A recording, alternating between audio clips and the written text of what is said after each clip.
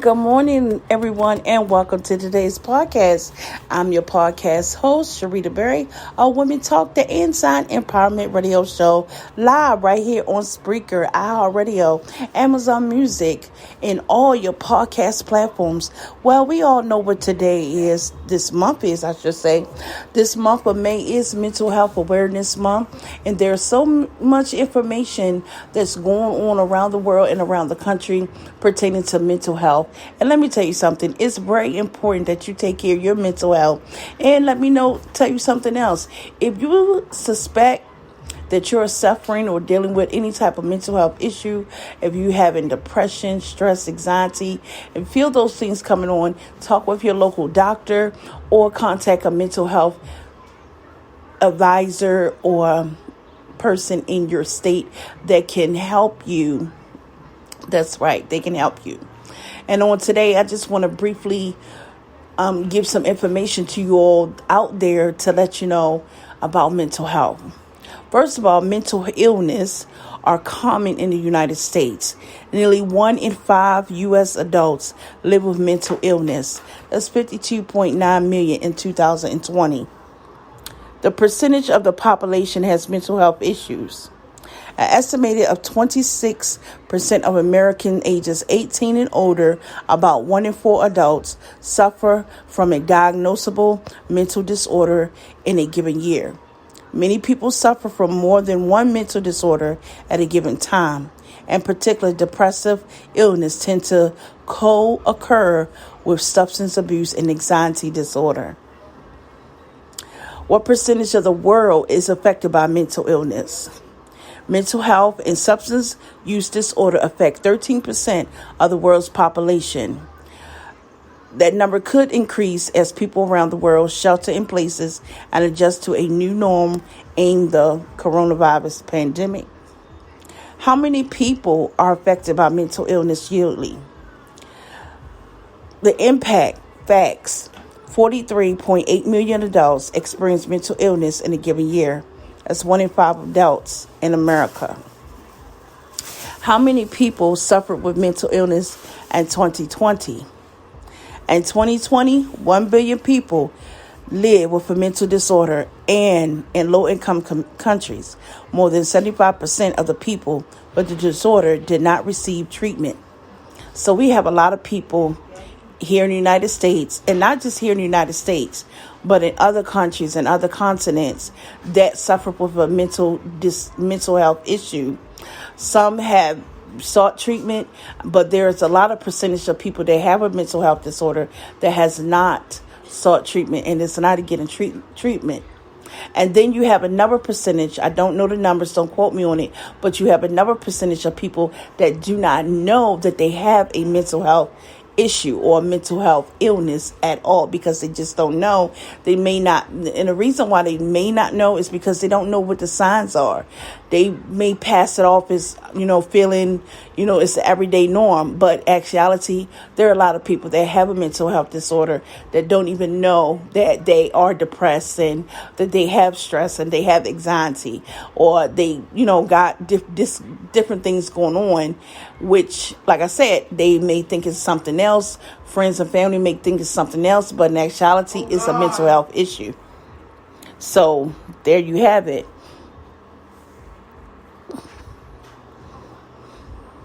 So what population is most affected by mental illness?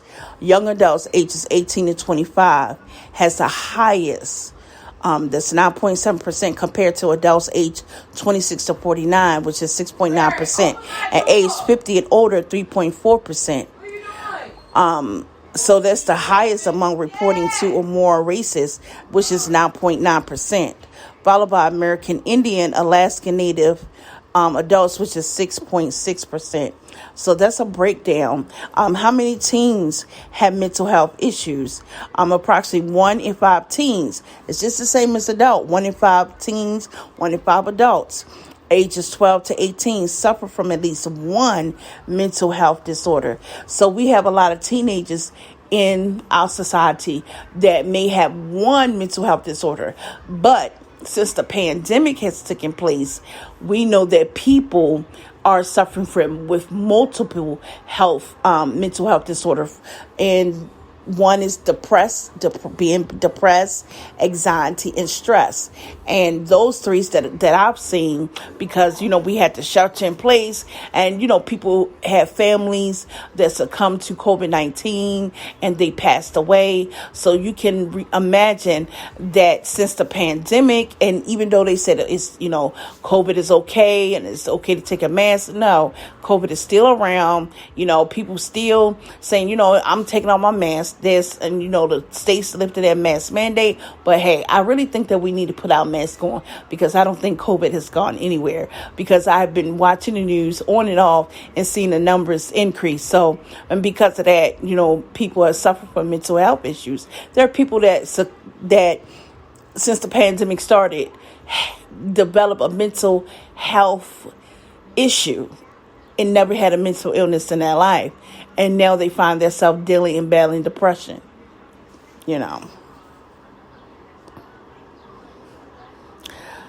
How common is mental health? Mental illness are among the most common, as we stated, in the United States.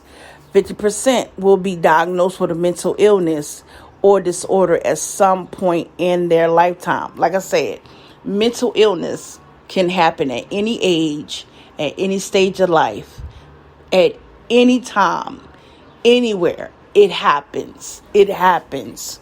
You could be 29 and all of a sudden you depressed. Don't know why you're depressed, but depression comes on. You could be 50 and all of a sudden you have this thing just come over you, and you're always angry, and find out that you have bipolar, and you're like, wait a minute, where did that come from? Don't know. Mental illness can happen at any age, at any stage of life. It does not have a particular group of people that it targets. It doesn't have a particular age that it targets. It doesn't have a particular way it targets people, but it does happen. Some people have a mental illness later on in life. Others won't they had it since they were young, but it does happen. It does happen. At what age does 50% of the lifetime mental ill health begin? 50% of lifetime mental illness begins by age 14 and 75% by the age of 24. So there are people, young people, since they hit age 14, they're dealing with a mental illness. So by the age 24, it may have increased. One of the things that I've learned, because I have a son and 2 children that have mental health issue, that as they get older, the mental health conditions that they have gets worse. I found it out from my son's counselor a couple of years back, and because what he has, my son has paranoid schizophrenia, and she said as he gets older and older, his condition gets worse and worse. So people that have different stages, depression has different stages. How I know, I have a degree in psychology, so depression have different stages, and sometimes, they can have mild depression at the age of 14. By the time they are 27 or 28, they can have major depressive disorders, like that are different from when they were 14. And now they're 26, 27, 28, and they have major depressive disorder, and it's real critical, and they're getting the treatment. So depression can, and the stages of depression can increase over time. A person can have stress, at the age of 14. It's just minimal stress, and then by the time they reach the age of 40, their stress is so out of bounds, so out of range, that they have to do certain exercises to keep that stress down, because there are different levels of stress. There's a good stress and there's a bad stress, and the bad stress is the one that's a silent killer, because it will kill you. So by the age of 40 or by the age of 50, compared to when they were 14 with mild stress, and now they're 50 and their stress level has gone up so high to the point they have to do different exercises to keep their stress down. They have to do different methods to help them with that stress to keep it down, because if not, they'll have a heart attack or a stroke. That's how bad it gotten over the years. So what percentage of the world's population has depression? Depression is a common illness worldwide, with an estimated of 3.8% of the population affected, including 5.0% among adults and 5.7% among adults older than 60 years old. Approximately 280 million people in the world have depression. That's 280 people that have depression. Reason why they said 5.7% among adults older than 60, because some of those adults that are older than 60, some of them have Alzheimer's disease or dementia. And when they have Alzheimer's disease and dementia, they can develop some type of depression. Because they confused, they lost their memory, they can't remember certain things. Sometimes they can't remember their family, and we know that Alzheimer's and dementia come in different stages, so they could be in the first, second, third, or the last stages and develop depression.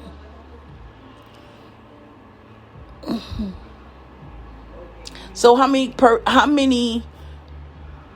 mental illnesses can a person have? How many can a person have?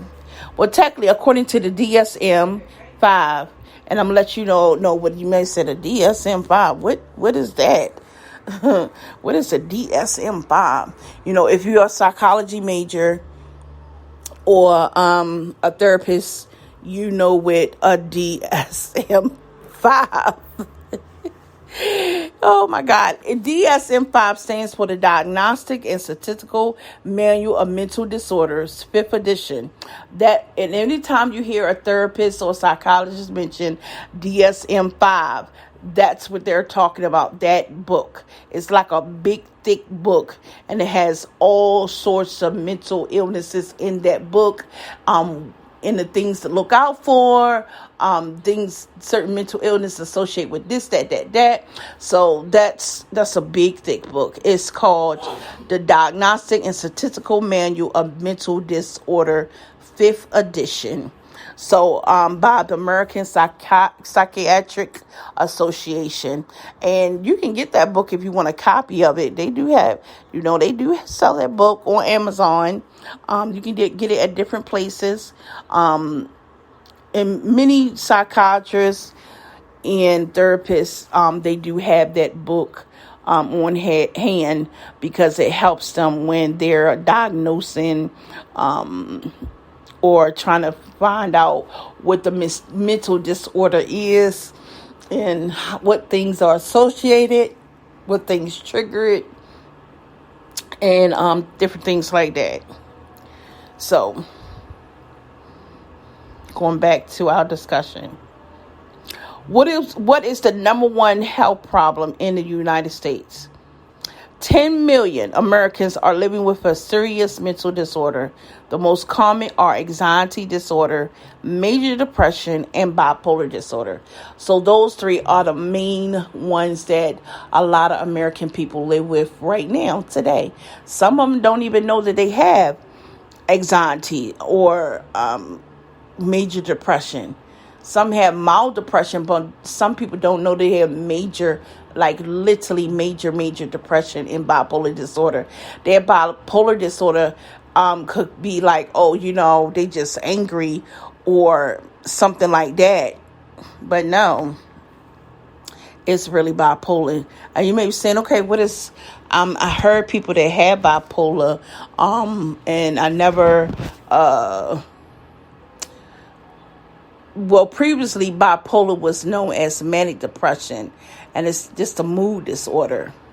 So it's associated with episodes of mood swings ranging from depressive lows to manic highs. So a depressive low could be, they just depressed, they really low. A manic high, they just outraged. Just burst out. They could be really angry to the point that a person that has bipolar, they can become a threat to themselves, and they also can become a threat to other people. So there are more than 3 million cases per year. So per year, there are 3 million cases of people being diagnosed with bipolar disorder. Like I said, some people don't even know they have it, but they have it.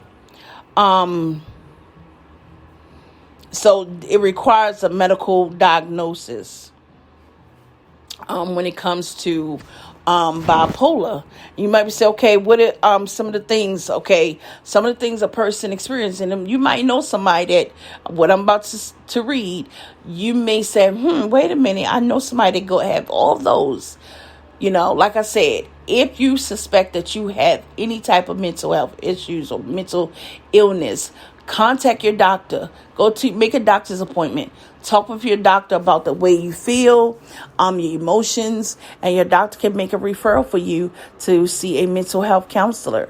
If you have a counselor and you've been experiencing different feelings than you were previously before, talk to them. They can help you. Bipolar, people may experience mood swings, sadness, elevated mood, anger, anxiety,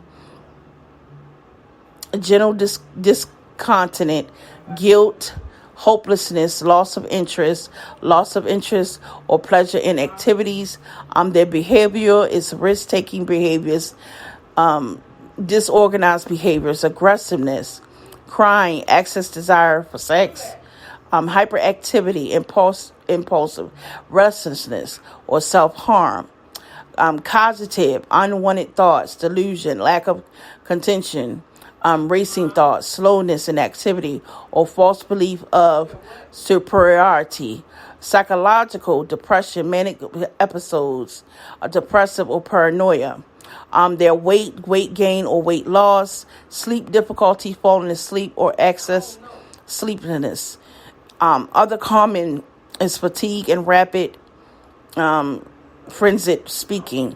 So those are some of the things, some of the moods, behavior, cognitive, psychological, weight, sleep, and also other common things when it comes to a person that experience bipolar.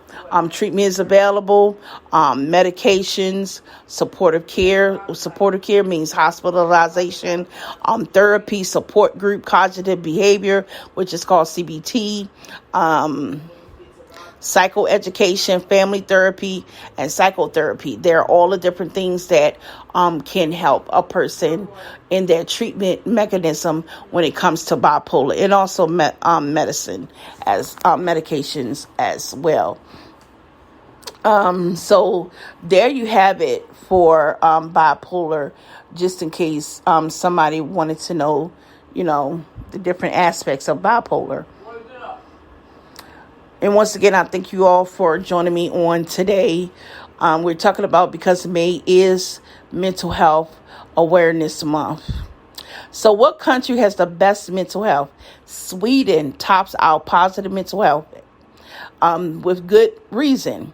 The Nordic nation ranked high for the percentage of green space, as it plays host to lush forest that takes up the majority of the land, providing the perfect environment for relaxation and mental well-being. So somebody can travel to Sweden and be able to relax, and it's good for their mental well-being. Well, I never heard anybody say they went to Sweden, they relax, and, that it helped with their mental well-being. But hey, to each his own. Everybody deals with mental illness and mental health in a different setting. So people find relaxation and people find calmness in different mechanisms. Some people turn to yoga. Some people turn to Tai Chi. Some people do karate. Some people take up dancing. Some people walk, read music. Some people play music. Some people read books. All different type of kind of things. Some people meditate to help them with their mental illness, to help them relax, to help them keep calm, and so many positive things. So I'm going to end with this.